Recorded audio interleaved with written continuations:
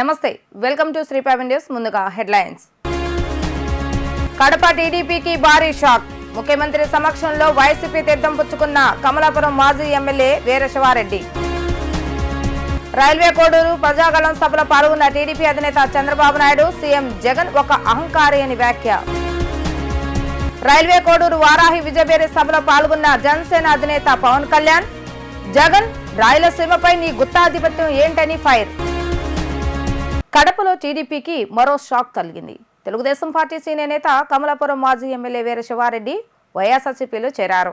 ఏపీలో సార్వత్రిక ఎన్నికల నేపథ్యంలో కీలక పరిణామాలు చోటు చేసుకుంటున్నాయి. గతంలో కూటమిలో సెట్ల సర్దుబాటులో భంగపడ్డ నేతలందరూ టీడీపీ జనసేనను వీడి సీఎం జగన్ పార్టీలో చేరారు. నామినేషన్ వేయడానికి వెళ్లిన ముఖ్యమంత్రి వైఎస్ జగన్మోహన్ రెడ్డి సమక్షంలో మాజీ ఎమ్మెల్యే కడప జిల్లాలో కీలక నేత వీరశివారెడ్డి వైఎస్ఆర్సీపీ కండువా కప్పుకున్నారు. అనంతరం ఆయన మీడియా సమావేశంలో మాట్లాడుతూ ఆంధ్రప్రదేశ్లో సంక్షేమ పథకాలని సీఎం జగన్ నేరుగా లబ్ధిదారులు ఇళ్లకే అందజేస్తున్నారని అన్నారు. ఆ సంక్షేమ పథకాలను చూసి సీఎం జగన్ చేసే మంచి పనికి ఆకర్షితుడయ్యానన్నారు. అందుకే ఈ రోజు సీఎం జగన్ సమక్షంలో వైఎస్ఆర్సీపీలో చేరానన్నారు. ఇప్పటి వరకు సీఎం జగన్ అమలు చేసిన సంక్షేమ పథకాలు అభివృద్ధి ఇలాగే కొనసాగాలంటే మళ్లీ వైఎస్ జగన్ ముఖ్యమంత్రి కావాలని చెప్పారు. వైఎస్ఆర్సీపీ తన సేవలను ఎలా ఉపయోగించుకున్నా తప్పకుండా తన బాధ్యతలను విధేయతతో నిర్వహిస్తానని అన్నారు. ప్రతిపక్ష నేత చంద్రబాబు నాయుడు వల్ల ఏపీకి ప్రయోజనం లేదని విమర్శించారు. ముఖ్యమంత్రి జగన్ ఒక అహంకారి అని, రాష్ట్రాన్ని దోచేసిన ఒక వ్యక్తి అని, ఇంటికి పంపించవలసిన అవసరం ఉందని టీడీపీ అధినేత చంద్రబాబు నాయుడు అన్నారు. 5 ఏళ్ల పాటు పరదాలు కట్టుకుని తిరిగాడని విమర్శించారు. ఇక్కడే ఉన్న కిరణ్ కుమార్ రెడ్డి కూడా ముఖ్యమంత్రిగా పనిచేస్తారు. నేను 14 ఏళ్ల పాటు ముఖ్యమంత్రిగా ఉన్నాను. ఏనాడైనా మేం పరదాలు కట్టుకుని తిరిగామా అని ఆయన ప్రశ్నించారు. అన్నమయ్య జిల్లా రైల్వే కోడూరులో నిర్వహించిన ఎన్డీఏ కూటమి సభలో టీడీపీ అధినేత చంద్రబాబు నాయుడు ప్రసంగించారు. ఈ సందర్భంగా ఆయన మాట్లాడుతూ 3 రాజధానుల పేరుతో ఈ రాష్ట్రాన్ని అడ్రస్ లేకుండా చేసిన వ్యక్తి జగన్ అని ఆరోపించారు. ఇతను అహంకారి మాత్రమే కాదు, ఒక సైకో మనస్తత్వం ఉన్న వ్యక్తి. అందుకే నేను పిలుపునిస్తున్నా, సైకో పోవాలి, కూటమి రావాలని పిలుపునిచ్చారు. ప్రజల జీవితాల్లో ఏమైనా మార్పు వచ్చిందా అని ప్రశ్నించారు. ఖర్చులు మాత్రం పెరిగాయి. దీనికి కారణం పాలకుడే. నేను చాలా మంది సీఎంలను చూశాను. 2 మాజీ ముఖ్యమంత్రులు ఇక్కడ ఉన్నాం. ఇంత చెత్త ముఖ్యమంత్రిని నా జీవితంలో ఎప్పుడూ చూడలేదని ఆరోపించారు. కరెంటు ఛార్జీలు 9 సార్లు పెంచాడని 200 ఇచ్చే కరెంటు బిల్లు ఇప్పుడు 1000 రూపాయలు వస్తుంది. పెట్రోల్, డీజిల్ ధరలు పెరిగాయి. ఆర్టీసీ ఛార్జీలు పెంచారు. మద్యం ధరలు పెంచారని, ఈ ప్రభుత్వంలో అమ్ముతున్న మద్యం తాగి మా ఆరోగ్యాలు దెబ్బతిన్నాయి. కూటమి అధికారంలోకి వచ్చాక నాణ్యమైన మద్యం ఇవ్వండి. ఈ జలగా మనల్ని దోచేస్తున్నాడు. మనల్ని ఆదుకోండి అని ఓ తమ్ముడు ఫ్లక్కార్డు పెట్టి చెప్తున్నాడని అన్నారు. ఏం తమ్ముళ్ళు, మీ అందరి జీవితాల్లో ఏమైనా వెలుగు వచ్చిందా? మార్పు వచ్చిందా? జీవన ప్రమాణాలు పెరిగాయా అని అడుగుతున్నా మిమ్మల్ని. మీ ఖర్చులు పెరిగాయా లేదా? మీ ఆదాయం పెరిగిందా అని అడుగుతున్నా మిమ్మల్ని. దీనికి కారణం ఎవరు తమ్ముడు? పాలకుడే కదా అని అడుగుతున్నా. నేను చాలా మంది ముఖ్యమంత్రులు చూశాను. ఇక్కడే మాజీ ముఖ్యమంత్రులు 2 ఉన్నాం. కానీ ఇంత చెత్త ముఖ్యమంత్రిని నా జీవితంలో ఎప్పుడూ చూడలేదని మరొకసారి విజ్ఞప్తి చేస్తున్నా.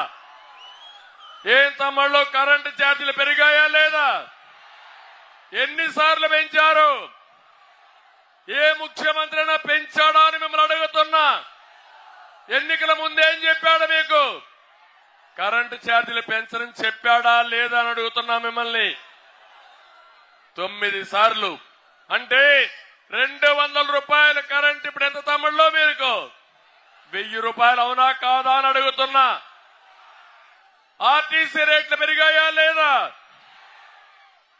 పెట్రోల్, డీజిల్ పెరిగిందా లేదా? నిత్యావసర వస్తువుల ధరలు పెరిగాయా లేదా? తమ్ముళ్ళు, మద్యం ధర, మా తమ్ముళ్ళు కొంతమంది మద్యం బాబులు ఇప్పుడే ఉంటారు, ఇక్కడే ఉంటారు. ఒక తమ్ముడైతే ప్లే కార్డు పెట్టుకొని చూపిస్తున్నాడు. సార్, మళ్ళా కూటమి వస్తానే నాణ్యత కలిగిన మద్యం ఇవ్వండి, మా ఆరోగ్యం పోతా ఉంది. ఈ జలగా మమ్మల్ని దోచేస్తున్నాడు, మమ్మల్ని ఆదుకోమని ఒక తమ్ముడు ఇప్పుడే చెప్పాడు. తమ్ముళ్ళు, నేను అడుగుతున్నా ఒక మాట. ఒకప్పుడు 60 రూపాయల మద్యం, అవునా కదా? ఇప్పుడెంత? Quarter bottle 200. 200 అంటే చూపేయండి, చేయలు 2000 చూపేయండి అందరూ. రాష్ట్రంలో యువత మార్పు కోరుకుంటుందని, అందరూ మార్పు కోరుకుంటున్నారన్న విషయాన్ని వైసీపీ అధికారంలోకి వచ్చిన మొదటి రోజునే తాను గ్రహించానని జనసేనాని పవన్ కళ్యాణ్ పేర్కొన్నారు. ప్రజలు తప్పు చేశారన్న విషయం వైసీపీ వచ్చిన రోజే అర్థమైందని అన్నారు. ఆ రోజు నుంచి ఈ రోజు వరకు మీకోసం పోరాడుతూనే ఉన్నానని ఆయన వెల్లడించారు. రైల్వే కోడూరులోని వారాహి విజయబేరి సభలో జనసేన అధినేత పవన్ కళ్యాణ్ మాట్లాడుతూ పార్టీ నడపడం చేత కాదని అన్నారని, కానీ అది తప్పని దశాబ్ద కాలం నుంచి నిరూపిస్తూనే ఉన్నానని స్పష్టం చేశారు. కష్టాలు మనకి, బలిదానాలు, త్యాగాలు మనకి, సంపద జగన్ కు, పెద్దిరెడ్డికి, మిథున్ రెడ్డికి అని వ్యాఖ్యానించారు. రాష్ట్రంలో 30,000 మంది ఆడపిల్లలు అదృశ్యమైతే ఈ పెద్దిరెడ్డికి పట్టదు, ఈ మిథున్ రెడ్డికి పట్టదు, జగన్ కి పట్టదు. వీళ్ళకి దోపిడీ తప్ప మరో ధ్యాసే లేదని ఆరోపించారు. మిథున్ రెడ్డికి ఒకటే చెప్తున్నా, మిథున్ రెడ్డి నీకు పిఠాపురంలో పనేంటి? రాష్ట్రం మీ 5గురిది అనుకుంటున్నారా? రాష్ట్రంపై మీ గుత్తాధిపత్యం ఏంటి? రాజకీయాలు నాకేమీ సరదా కాదు. అడ్డమైన ప్రతి పనికిమాలిన వెదతో తిట్టించుకోవడానికి నాకేమీ పౌరుషం లేదనుకుంటున్నారని ఆగ్రహాన్ని వ్యక్తం చేశారు. ఆడపిల్లలకు రక్షణ కోసం, ప్రజల భవిష్యత్తు కోసం, రైతుల క్షేమం కోసం అన్ని భరిస్తున్నాను. జగన్, రాయలసీమపై నీ గుత్తాధిపత్యం ఏమిటి? రాయలసీమ ఒకరు సొత్తు అనుకుంటున్నావా? కర్నూలు జిల్లా వెళ్లి చూడు, కొణిదెల గ్రామం ఉంటుంది. అక్కడ దమ్ము ధైర్యం లేవనుకుంటున్నావా మాకు అని నిలదీశారు. మీకు ధైర్యం లేకపోతే మార్పు రాదు. ఒకవైపు కిరణ్ కుమార్ రెడ్డి గారు ఉమ్మడి రాష్ట్రానికి ముఖ్యమంత్రిగా చేశారు. ఇంకొక వైపు ఆంధ్రప్రదేశ్ రాష్ట్రానికి, ఉమ్మడి ఆంధ్రప్రదేశ్ రాష్ట్రానికి ముఖ్యమంత్రిగా చేసిన వ్యక్తి. ఒకరు 14 సంవత్సరాలు, ఒకరు 3.5 సంవత్సరాలు ముఖ్యమంత్రులుగా చేసిన వ్యక్తులు. అలాంటిది 5 సంవత్సరాలు వచ్చిన వ్యక్తి, తండ్రి చచ్చిపోతే 2వ రోజే ముఖ్యమంత్రి కావాలని కలలుగన్న వ్యక్తి. ఆ వ్యక్తికి భయపడతారా మీరు? జగన్ లో బ్లూ కలర్ రక్తం ఉంటుందా? జగన్ 6 అడుగులు 8 అడుగులు ఉండి అంటే ఏం దెబ్బ పడదా జగన్ కి? ఎందుకు భయపడుతున్నారు మీరు? రాయలసీమ మీరు నేల అన్నం తింటున్నారు కదా, మీరు కూడా జొన్న కూడు తింటం లేదా? రాగి సంకటి తింటం లేదా? మీకు పౌరుషం రాదా? మీకు పౌరుషం రాదా? మీకు ఇంతేనా మీ పౌరుషం? పెద్దిరెడ్డికి భయపడతారా మీరు? మిథున్ రెడ్డికి భయపడతారా మీరు? పెద్దిరెడ్డి తమ్ముడికి భయపడతారా మీరు? గంగిరెడ్డికి భయపడతారా మీరు? అరే దమ్ము ధైర్యం ఏమైపోయింది రాయలసీమకి? అరే మీరు ఒకటే చేయండి, గొడవలు పెట్టుకోకర్లా, కత్తులు తీయక్కర్లా, కర్రలు తీయక్కర్లా. వచ్చే మనకి ఎన్నికలు వస్తున్నాయి. ఈ ఎన్నికల రోజున కమలం గుర్తుకి రాజంపేట ఎంపీ పార్లమెంట్ అభ్యర్థిగా కిరణ్ కుమార్ రెడ్డికి గుద్దేసేయండి. రైల్వే కోడూరు అసెంబ్లీ అభ్యర్థిగా జనసేన నుంచి ఆరవ శ్రీధర్ పోటీ చేస్తా ఉన్నారు. వారికి నిలబడండి. చెప్పాల్సిన మేజర్ సమస్యలని చెప్పారు, చంద్రబాబు గారు చెప్పారు. నేను మీకు ఒకటే మాటిస్తున్నా, విద్యార్థులకి ఫీజు రీఎంబర్స్మెంట్ జరుగుతుంది. రాగానే ఫీజు రీఎంబర్స్మెంట్ జరుగుతుంది. అలాగే సిపిఎస్ రద్దు మీద చంద్రబాబు గారు రేపు మేనిఫెస్టోలో చెప్తా ఉన్నారు ఒక బలమైన పరిష్కార మార్గం. వైఎస్ఆర్ పేరును సిబిఐ ఛార్జ్ షీట్ లో చేర్చింది జగన్మోహన్ రెడ్డి అని పిసిసి అధ్యక్షురాలు వైఎస్ షర్మిల ఆరోపించారు. కేసుల నుంచి బయటపడేసేందుకే జగన్ వైఎస్ఆర్ పేరును ఛార్జ్ షీట్ లో చేర్పించారని అన్నారు. జగన్ రెడ్డి వైఎస్ వారసుడు కాదు, మోడీ వారసుడని ఆమె ఆగ్రహం వ్యక్తం చేశారు. సీఎం సొంత చెల్లెల మీద ఇంగిత జ్ఞానం లేకుండా మాట్లాడుతున్నారని పిసిసి అధ్యక్షురాలు వైఎస్ షర్మిల ధ్వజమెత్తారు. 1000 మంది సభలో రాష్ట్ర ప్రయోజనాల మీద ఒక్కరోజు కూడా మాట్లాడలేదని ఆగ్రహించారు. జగన్ రెడ్డి వైఎస్ వారసుడు కాదు, మోడీ వారసుడని ఆమె అన్నారు. క్రైస్తవులను చంపుతుంటే మోడీ మద్దతు పలికాడని అన్నారు. మీకోసం పరితపించిన వాళ్ళు ఇవాళ మీ వెనుక ముందు ఉన్నారో చూసుకోండి అన్నారు. జగన్ కి చెల్లెళ్లు ఎవరూ లేరని, వైఎస్ ని తిట్టిన రోజా రజని ఇప్పుడు జగన్ కి చెల్లెళ్లు అయ్యారని అన్నారు. అసెంబ్లీ వేదికగా వైఎస్ ను తిట్టిన వాళ్ళు ఈయనకు బంధువులని ఆగ్రహం వ్యక్తం చేశారు. హంతకులను రక్షిస్తూ వాళ్ళకి ఎంపీ టికెట్లు ఇచ్చారని ఆరోపించారు. జగన్ ఇవాళ పులివెందులో వివేకానంద రెడ్డి ప్రస్తావన తీశారు, కానీ ఒక్క మంచి మాట కూడా జగన్ నోట నుంచి రాలేదని విమర్శించారు. వివేకాకు 2వ పెళ్లి అయిందట, ఇంకో సంతానం ఉందని చెప్పారు. కానీ అదే వివేక ప్రజానాయకుడని గాని, వైఎస్ఆర్ కి తమ్ముడు అని గాని ఎందుకు చెప్పలేదని ప్రశ్నించారు. నేను పచ్చ చీర కట్టుకున్నానట, దానికి జగన్మోహన్ రెడ్డి గారు చెప్తున్న మాట, నేను మోకరిల్లానట చంద్రబాబుకి, నేను చంద్రబాబుకు మోకరిల్లి ఆయన ఇచ్చిన స్క్రిప్ట్ మక్కీ బట్టి నేను మాట్లాడుతున్నానట. ఏం మాట్లాడుతున్నారు? పచ్చ చీర కట్టుకుంటే తప్పేముంది అని అడుగుతున్నాం. పచ్చ కలర్ ఏమైనా చంద్రబాబు గారు కొనుక్కున్నారా? ఏమన్నా కొనుక్కున్నారా? ఎంత కొనుక్కున్నారన్నా? ఎంత కొనుక్కున్నారు? చంద్రబాబు గారు ఏమైనా పేటెంట్ రైటా? పచ్చ కలర్ అంటే ఏమన్నా పసుపు కలర్ వాళ్ళదా? జగన్మోహన్ రెడ్డి గారు మర్చిపోయినట్టున్నారు. సాక్షి ఛానల్లో, సాక్షి టీవీలో, సాక్షి పేపర్లో ఎల్లో కలర్ ఉంటది, పసుపు కలర్ ఉంటది, పైన గుర్తుందా అన్న? పసుపు కలర్ ఉంటది. దానికి రాజశేఖర రెడ్డి గారు ఆ రోజు చెప్పిన మాట, ఏ తప్పేముంది, పసుపు అంటే మంగళకరమైన రంగు, అదేం టీడీపీ వాళ్ళ సొంతం కాదు అని ఆ రోజు రాజశేఖర రెడ్డి గారే సాక్షికి పసుపు రంగు పెట్టించారు. పసుపు అన్నది మన వంటల్లో కూడా వేసుకుంటామే, అది టీడీపీ ఎప్పుడు కొనుక్కుందన్నా? వాళ్ళ సొంతమా అది? నేను పసుపు చీర వేసుకున్నానట, దానికి ఒక ముఖ్యమంత్రి హోదాలో ఉన్నవాడు ఇన్ని రోజులు సోషల్ మీడియాలో వాళ్ళ వైసీపీ మూకల చేత అయితేనేమి, వాళ్ళ కుక్క బిస్కెట్లు పడేస్తే దానికి ఆశపడ్డే పేడ్ ఆర్టిస్టుల చేత అయితేనేమి సోషల్ మీడియాలో నన్ను దూషించారు, తిట్టారు, అవమానించారు, బెదిరించారు, నానా రకాలుగా అవమానించారు. ఇదంతా సరిపోలే గాని ఈరోజు ముఖ్యమంత్రిగా ఉన్న జగన్మోహన్ రెడ్డి గారు మాట్లాడుతున్నది సొంత చెల్లెల గురించి అని కూడా ఆలోచించకుండా నా ఒంటి మీద ఉన్న బట్టల గురించి ఇంతమంది మగవాళ్ళ మధ్య మాట్లాడుతున్నారు అంటే వీళ్ళకు సభ్యత ఉందా, సంస్కారం ఉందా? ఏం జరుగుతుందన్నా మన రాష్ట్రంలో? ఒకసారి ఆలోచన చేయాల్సిన అవసరం లేదా? నేను మక్కీ కడుతున్నానంట, మక్కీ టు మక్కీ. నేను చంద్రబాబు గారి స్క్రిప్ట్ తీసుకొని నేను మాట్లాడుతున్నానట. ఎవరన్నా మక్కీ టు మక్కీ స్క్రిప్ట్ చదివేది మీటింగ్లలో? ఎవరు చదువుతున్నారు? జగన్మోహన్ రెడ్డి గారు స్క్రిప్ట్ పెట్టుకొని మక్కీ టు మక్కీ, వర్డ్ టు వర్డ్ చూసుకుంటూ చదివేది జగన్మోహన్ రెడ్డి గారా నేనా?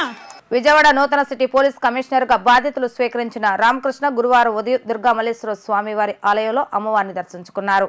ఆలయ ఈవో ఆయనకు ఘన స్వాగతం పలికారు. ఆలయ మర్యాదల ప్రకారం అమ్మవారి దర్శనం అనంతరం తీర్థ ప్రసాదాలు అందజేశారు. సిపి మాట్లాడుతూ లా అండర్ కంట్రోల్లో ఉంచుతానని తెలిపారు.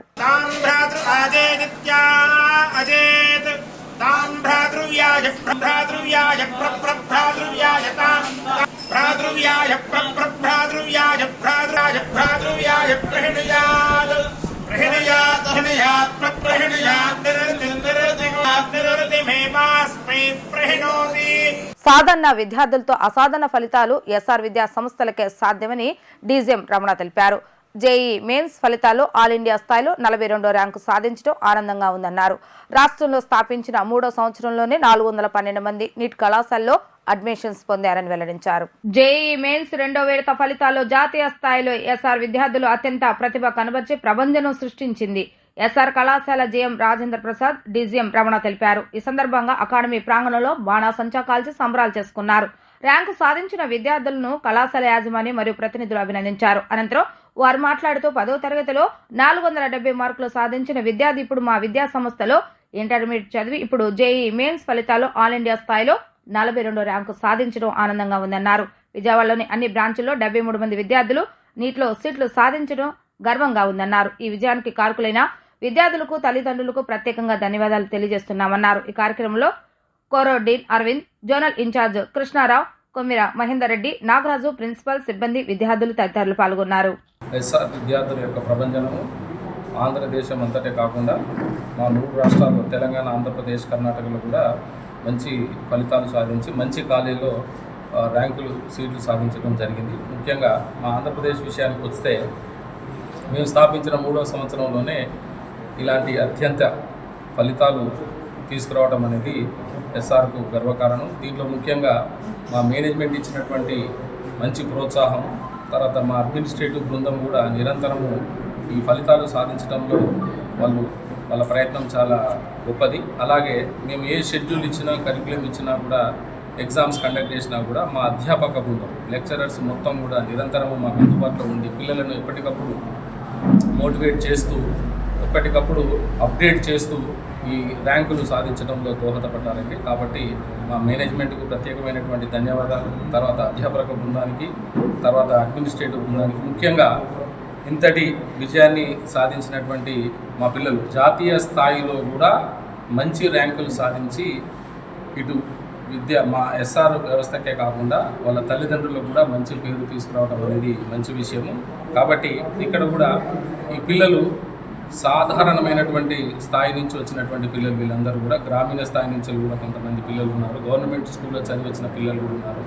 ఇలాంటి పిల్లలతోటి మేము అసాధారణమైనటువంటి రిజల్ట్ తీసుకురావటము, ఇది మా సిస్టమ్ యొక్క, మా కరికులం యొక్క, మా ప్లానింగ్ యొక్క ముఖ్యమైనటువంటి ఉద్దేశం సార్ ఇది తెలుపుతుంది. కాబట్టి ఓన్లీ విజయవాడలో చూసినట్టయితే మీకు ఇక్కడ మాకున్నటువంటి 7 బ్రాంచ్ల నుంచి 73 సెలక్షన్స్ రావడం జరిగింది. దీంట్లో డబుల్ డిజిట్ నంబర్ 42వ ర్యాంకు సాత్విక్ రెడ్డి ఫ్రమ్ గుంటుపల్లి నుంచి రావడం జరిగింది. తర్వాత 348 ర్యాంక్ కూడా వచ్చింది మన భవానీపురం క్యాంపస్ నుంచి డే నుంచి. తర్వాత దీంతో పాటు ఆల్ ఇండియా లెవెల్లో మాకు సిద్ధార్థ నగర్ నుంచి 4852 ర్యాంక్, ఇతనికి కూడా మంచి సెలెక్షన్ వచ్చింది. ఏపీలో మే 13న సార్వత్రిక ఎన్నికలు జరుగుతుండగా నామినేషన్ల దాఖలు ప్రక్రియ పూర్తయింది. నామినేషన్ల దాఖలకు గడువు ముగిసింది. ఏపీలో మొత్తం 175 అసెంబ్లీ స్థానాలు ఉండగా 4210 మంది అభ్యర్థులు నామినేషన్లు దాఖలు చేస్తారు. రాష్ట్రంలోని 25 లోక్సభ స్థానాలకు 731 మంది అభ్యర్థుల నుంచి నామినేషన్లు అందాయి. కాగా ఏప్రిల్ 26న నామినేషన్లు పరిశీలించనున్నారు.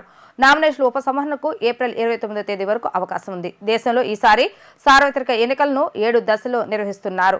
4వ దశలో ఏపీలో ఎన్నికలు జరగనున్నాయి. రాష్ట్రంలో అసెంబ్లీ, లోక్సభకు ఒకే విడతలో ఎన్నికలు నిర్వహించనున్నారు.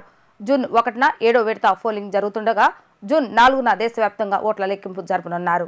శ్రీ లక్ష్మీ నరసింహస్వామివారి చందన మహోత్సవాలు ప్రారంభమయ్యాయి. ఈ ఉత్సవాల్లో స్వామివారికి ప్రత్యేక పూజలు, అభిషేకాలు, గరిడీ సేవ కార్యక్రమం వంటి ప్రత్యేక కార్యక్రమాలను నిర్వహిస్తున్నట్లుగా ఉత్సవాల నిర్వాహకులు తెలిపారు. శ్రీ లక్ష్మీ నరసింహస్వామి వారి చందన మహోత్సవాల పాతబస్తీలో నెహ్రూ బొమ్మ సెంటర్లో గురువారం నుండి ప్రారంభమయ్యాయి. ఈ సందర్భంగా ఉత్సవాల నిర్వాహకులు పోలవరపు సత్యనారాయణ మాట్లాడుతూ శ్రీ వరాహలక్ష్మి నరసింహస్వామి వారి చందన మహోత్సవాలను తమ కుటుంబీకుల ఆధ్వర్యంలో గత 22 సంవత్సరాలుగా ఉత్సవాలు నిర్వహిస్తున్నట్లుగా తెలిపారు.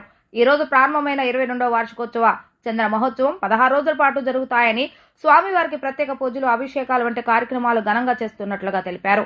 ఈ నెల 25 నుండి ప్రారంభమైన ఈ ఉత్సవాలు మే 10వ తేదీ వరకు 16 రోజుల పాటు జరుగుతాయని, అంగరంగ వైభవంగా స్వామివారిని మేళతాళాలతో, విద్యుత్ కాంతులతో, నృత్య బృందాలతో స్వామివారిని ఊరేగింపు అనంతరం ఉత్సవాలు ముగిస్తామని తెలియజేశారు.